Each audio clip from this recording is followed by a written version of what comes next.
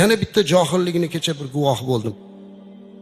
Bitta odam ayoli kasal bo'lgan ekan, mashinasiga solib doktorga olib borib, ayoli og'irroq betob. Shifokorga olib borgan ekan, endi yarim tunda borgan, favqulodda borgan, borsa shifokor erkak kishi chiqqanda u aytgan, "Yo'q, erkak kishi bo'lsa ko'rsatmayman. Ayolga ko'rsataman." Chiqib ketgan, yana bitta shifoxonaga borgan. U yerda erkak, xullas ayoli nobud bo'lgan. Bu johillik bilan ayolini o'ldirishga sabab bo'ldi. Bu taqvo emas azizlar. Endi bu tomonini bitta olib aytay. U shunaqa da'voni qilayotganlarni o'zlari birortasi qizini o'qitmaydi. Qizlarni o'qitayotganlarni tanqid qiladi. Deydi, qarang, bu qanaqa taqvodor qizini o'qityapti. Birodar, asli sizga o'xshaganda xotinini, qizini davolataman deb o'qityapti. Unga rahmat aytish kerak. Birinchidan, ikkinchidan, asli islom nuqtai nazaridan olib qaraganda Hidoyada yozyapti, qarang. Hidoya kitobimiz bilasizlar, mashhur kitob, Burxonli Marg'iloniyning kitobi. Mani gapim emas bu. Burxonli Marg'iloniy rahmatullohi alayhining gaplarini o'qib beryapman. Va yajuzu lit-tabibi an yanzura ila mawdi'il marad minha lid-darura.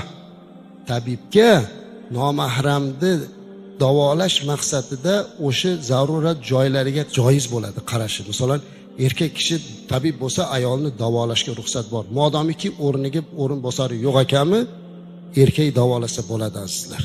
Erkakni ayol davolasa bo'ladi. Zarurat bo'lsa. Lekin hammamizda ham g'ayrat bor.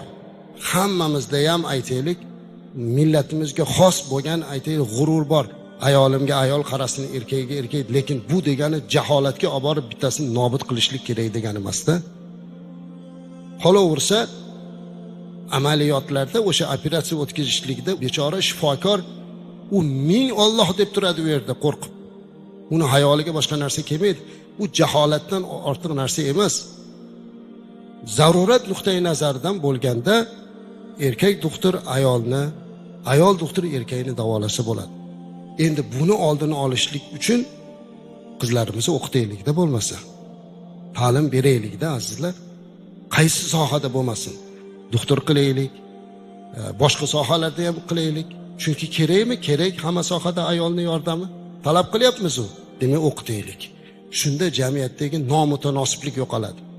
Lekin kechirasizlar, u agar bunday qiladigan bo'lsa, bu taqvo emas, bu jaholat.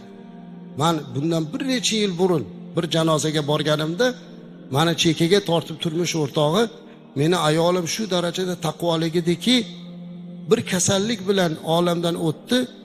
Shu kasalligini xijolatlik joyida bo'lganligi uchun erkak doktorga ko'rsatishdan yuz o'girib, qon ketish bilan o'lishga rozi bo'ldi deb. Bu taqvo emas, bu jaholat.